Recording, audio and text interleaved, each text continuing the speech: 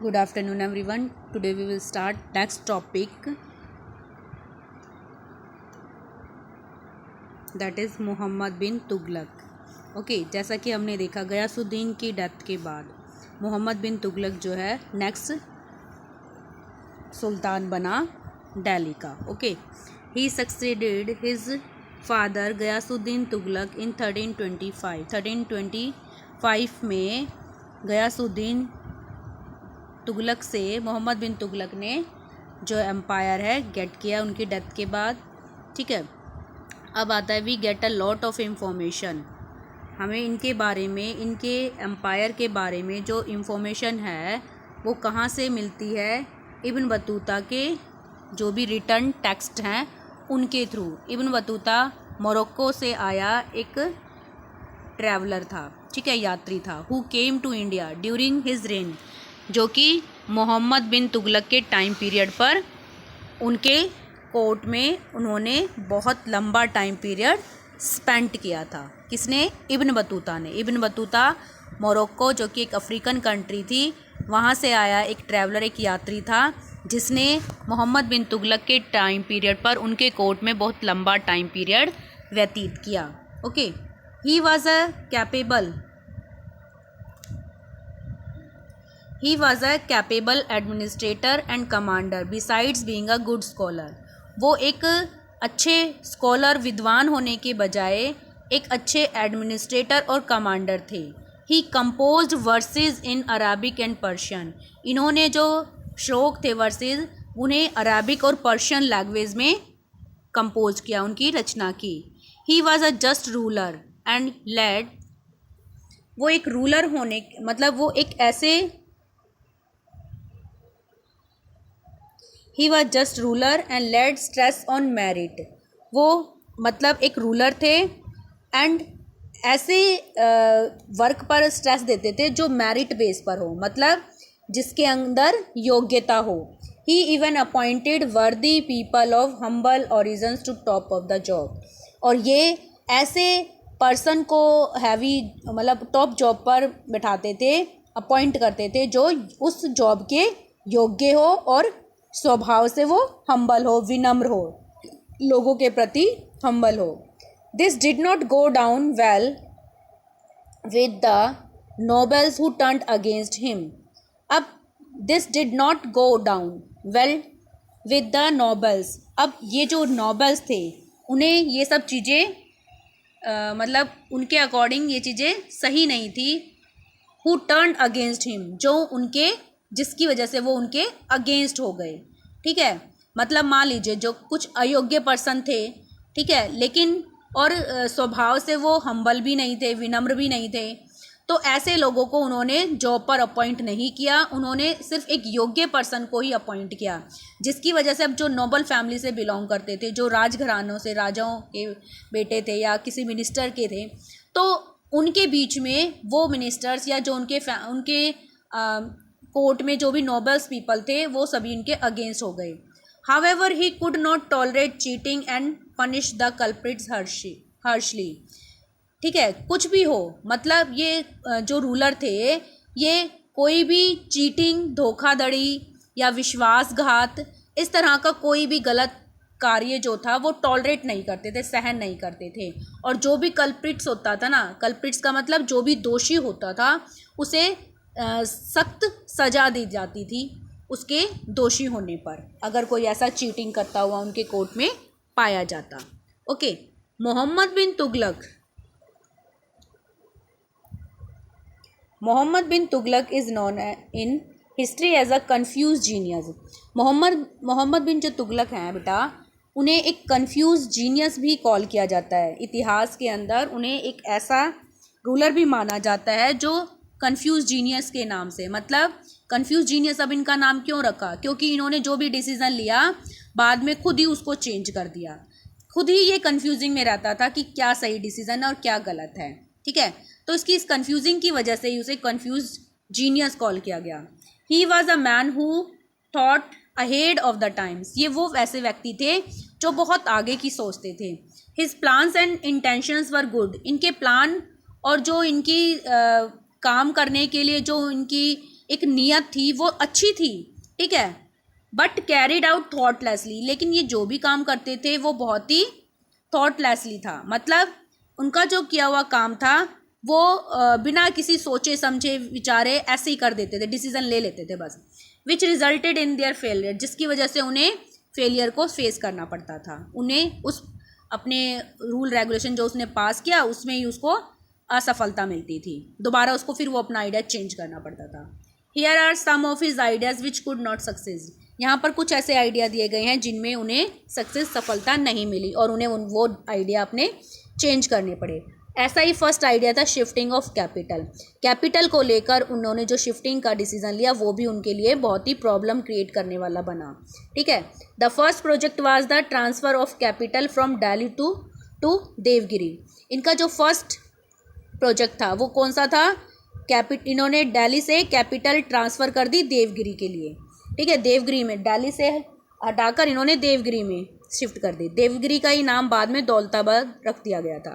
Mohammad bin Tughlaq shifted his capital from Delhi to Devagiri in Aurangabad district of Maharashtra, ठीक है, दिल्ली से शिफ्ट करके देवगिरी जो कि औरंगाबाद डिस्ट्रिक्ट के अंदर पड़ता था, महाराष्ट्र स्टेट के अंदर, 1327 में शिफ्ट कर दी गई capital, and renamed it as Daulatabad, और उसका नेम देवगिरी से चेंज करके दौलताबाद रख दिया गया।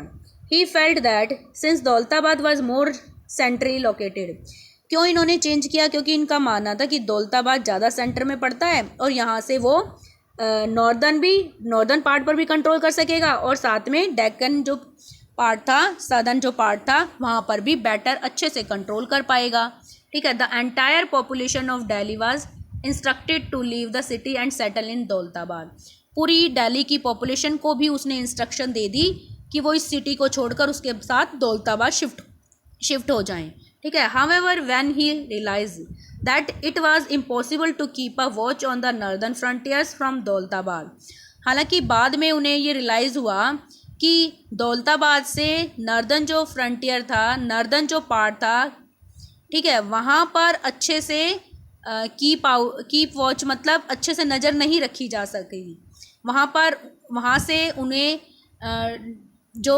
दिल्ली सल्तनत के जो नॉर्दर्न फ्रंटियर थी वहाँ पर वो अच्छे से निगरानी नहीं रख सके, पूरा कंट्रोल नहीं रख सके, उनको प्रॉब्लम आ रही थी, तो इसीलिए उन्होंने दोबारा अपना ऑर्डर दिया गया कि दोबारा से कैपिटल को शिफ्ट कर दिया जाए दिल्ली में, ठीक है। All the people who had gone to Daulatabad were asked to move back to Delhi, जो भी पर्सन उनके साथ दौलताबाद चले गए थे उन सभी को फिर दोबारा से दिल्ली मूव करने के, वापस लौटने के इंस्ट्रक्शन दी गई।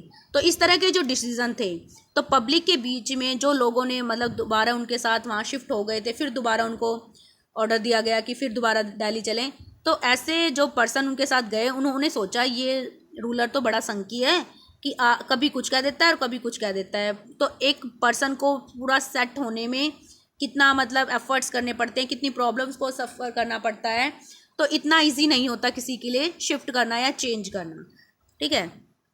तो यही एक सबसे बड़ी फेलियर भी थी। नेक्स्ट आता है taxations in the Doab. Doab का मतलब जहाँ पर 2 रिवर्स जिस एरिया को ड्रेन करती थी, ठीक है। In order to get more money to meet the expenses and losses, अपने सभी खर्चों को और नुकसान को पूरा करने के लिए अब इस रूलर को मनी की नीड थी, इसीलिए उसने क्या किया, he increase the land revenue in the Doab, इसीलिए उन्होंने दोआब का जो एरिया था, दोआब मतलब जहाँ 2 रिवर्स ड्रेन करती थी जिस एरिया को, उस रिवर के आसपास रहने वाले जो लोग थे उनके ऊपर रेवेन्यू बढ़ा दिया। रेवेन्यू एक टैक्स ही था, ठीक है, पीसेंट से लिया जाने वाला उनकी लैंड पर जो टैक्स था, तो उसको बढ़ा दिया। But his timing was incorrect, लेकिन उसने टैक्स बढ़ा दिया, लेकिन जो टैक्स उसने बढ़ाया ना वो टाइम सही नहीं था।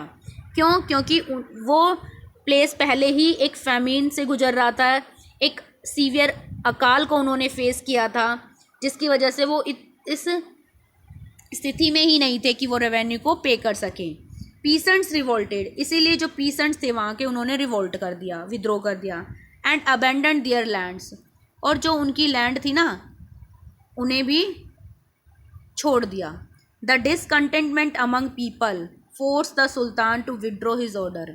लोगों के बीच जो ये निराशा थी, लोग जब रूलर ने देखा कि लोग उसके अगेंस्ट हो गए हैं, उससे सेटिस्फाई नहीं है, तो उसने क्या किया, अपने इस आइडिया को विड्रॉ कर दिया। ठीक है, तो अब देखिए मतलब कोई आइडिया लेना और प्लान स्टार्ट करना, फिर उसको अपने आप ही उससे हट जाना पीछे, तो रूलर की कैपेबिलिटी पर ये ऑब्जेक्शन उठाते हैं, ये क्वेश्चन। ठीक है, जिसकी वजह से रूलर की जो एडमिनिस्ट्रेशन था वो फेल होने लगा। नेक्स्ट आता है एक्सपेडिशंस। अब देखिए इन 1337 से लेकर 38 के बीच में मोहम्मद बिन तुगलक ने क्या किया, undertook an expeditions to the Tibet and Central Asia. उसने सोचा कि वो तिब्बत और सेंट्रल एशिया के पार्ट को अपने अंडर कंट्रोल कर लेगा। ठीक है, इसी के लिए उसने क्या किया,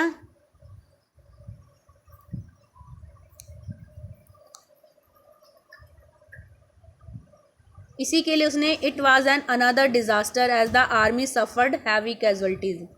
अब मतलब वो अपनी आर्मी को सेंट्रल एशिया और तिब्बत के पार्ट को कंट्रोल करने के लिए यूज़ करना चाहता था, लेकिन अब एक क्या प्रॉब्लम फेस करनी पड़ी इसी टाइम पीरियड पर, हैवी कैजुअल्टीज, मतलब बहुत ज़्यादा आर्मी के अंदर जनहानि हो गई।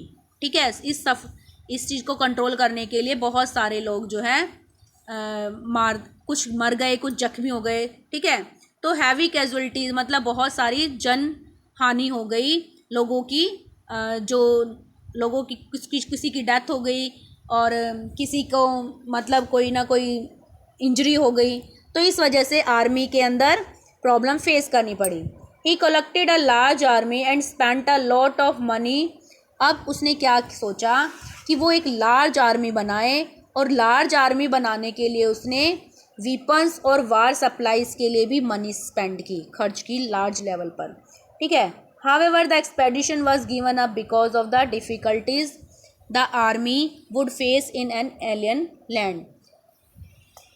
लेकिन बाद में उन्होंने ये जो भी अपना एक्सपेंड करने का जो आइडिया था उनका, तिब्बत और सेंट्रल एशिया को कंट्रोल करने का, वो उन्होंने गिव अप कर दिया। क्यों कर दिया, क्योंकि अब किसी भी एलियन लैंड पर, मतलब किसी भी विदेशी लैंड पर, अब दिल्ली सल्तनत के जो आर्मी पीपल थे, सोल्जर्स थे, उनके लिए सेंट्रल एशिया और जो तिब्बत वाला एरिया था वहाँ जाकर फाइट करना या अपना कोई भी नया कैंपेन स्टार्ट करना उनके लिए इतना इजी और मतलब आसान तो नहीं था।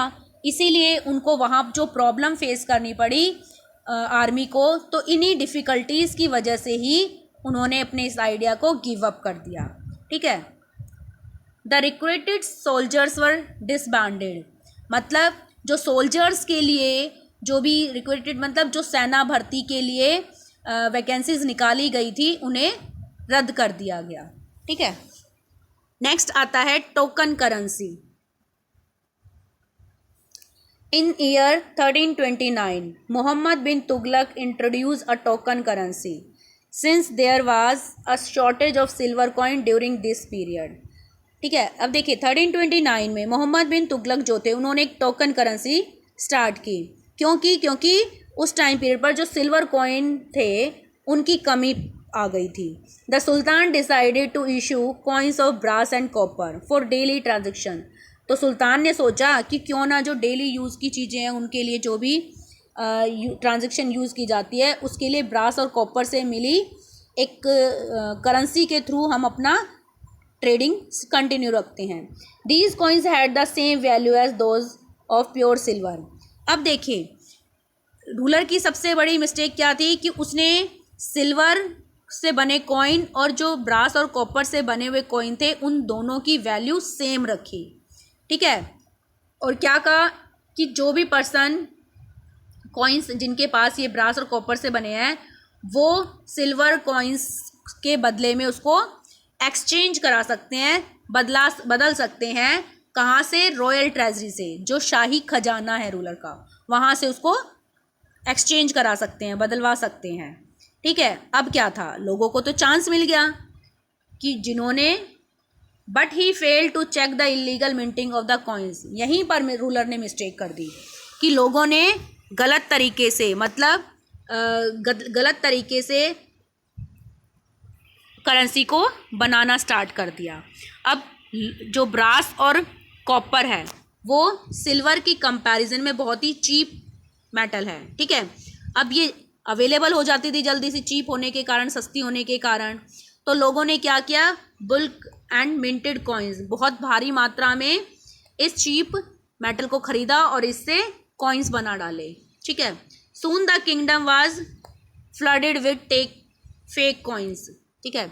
जल्दी क्या हुआ बेटा, इन फेक कॉइन से पूरा साम्राज्य जो है, जहाँ देखो वहीं ये फेक कॉइन्स पूरी बड़ी मात्रा में आ गई मार्केट में। मनी लॉस्ट इट्स वैल्यू, जिसकी वजह से मनी ने अपनी वैल्यू खो दी। मनी की वैल्यू क्यों गिर गई, जब करेंसी की मात्रा बढ़ जाती है, ठीक है, और तब उस सिचुएशन में मनी की वैल्यू अपने आप ही गिर जाती है, ठीक है।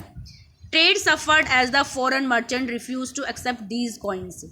अब ट्रेडर्स जो थे, उन्होंने, जो फॉरेन मर्चेंट्स थे, व्यापारी थे, विदेशी से जो व्यापार होता था, मर्चेंट्स जो व्यापार करते थे, उन्होंने इन कॉइन्स को लेने से मना कर दिया जो कॉपर और ब्रास से बने थे। द रॉयल ट्रेजरी वाज सून, जिसकी वजह से रॉयल ट्रेजरी जो थी, शाही खजाना जो था, धीरे धीरे जल्द ही खाली हो गया। The sultan had to withdraw the token currency, जिसकी वजह से सुल्तान ने अपने इस टोकन करेंसी वाले आइडिया को दोबारा रद्द कर दिया, विड्रॉ कर दिया, ठीक है। Due to these failed experiments, इन सभी फेल्ड एक्सपेरिमेंट्स की वजह से he loss support of his noble, उसके टाइम पीरियड पर जो भी नोबल्स थे, ठीक है, जो उसको सपोर्ट करते थे, या जो भी उलेमा थे, उलेमा होते हैं मुस्लिम स्कॉलर जो एडवाइस देते थे इन सुल्तानों को, ठीक है। तो मुस्लिम जो ये उलेमा थे, नोबल्स थे, या उनके एम्पायर में जो भी पीपल थे, उनके अगेंस्ट होने लगे, ठीक है। Revolts broke out in Bengal, जिसकी वजह से बंगाल, वारंगल, गुजरात, इन सभी प्लेसेस पर लोगों ने उनके अगेंस्ट रिवोल्ट कर दिया, विद्रोह कर दिया। During the period to regional kingdom, ठीक है, इस टाइम पीरियड पर विजयनगर और Bahmani came into force in southern India. Vijayanagar और बहमनी जो है वहाँ सदर्न इंडिया में मतलब उनकी विजयनगर और बहमनी जो एरिया थे, वहाँ का जो कंट्रोल है सदर्न इंडिया में एक्सपेंड हो गया, ठीक है, उनकी पावर आ गई। एंड द डेक्कन रिस्पेक्टिवली, और बाद में फिर डेक्कन पर भी, ठीक है। अब इन 1951 ही फेल इल, ये जो तुगलक था ये बीमार हो गया, and died while on a mission to suppress a revolt in Sindh. जब ये सिंध के लोगों ने जब रिवोल्ट किया, तो उनके साथ जब उस रिवोल्ट को दबाने के लिए फाइट कर रहा था, तो उसी टाइम पीरियड पर ये बीमार हो गया, और बीमार होने की वजह से इसकी डेथ हो गई, ठीक है। अब इसके बाद जो नेक्स्ट रूलर बना वो बना फिरोज शाह तुगलक। इसके बारे में हम नेक्स्ट क्लास में रीड करेंगे। ओके बेटा।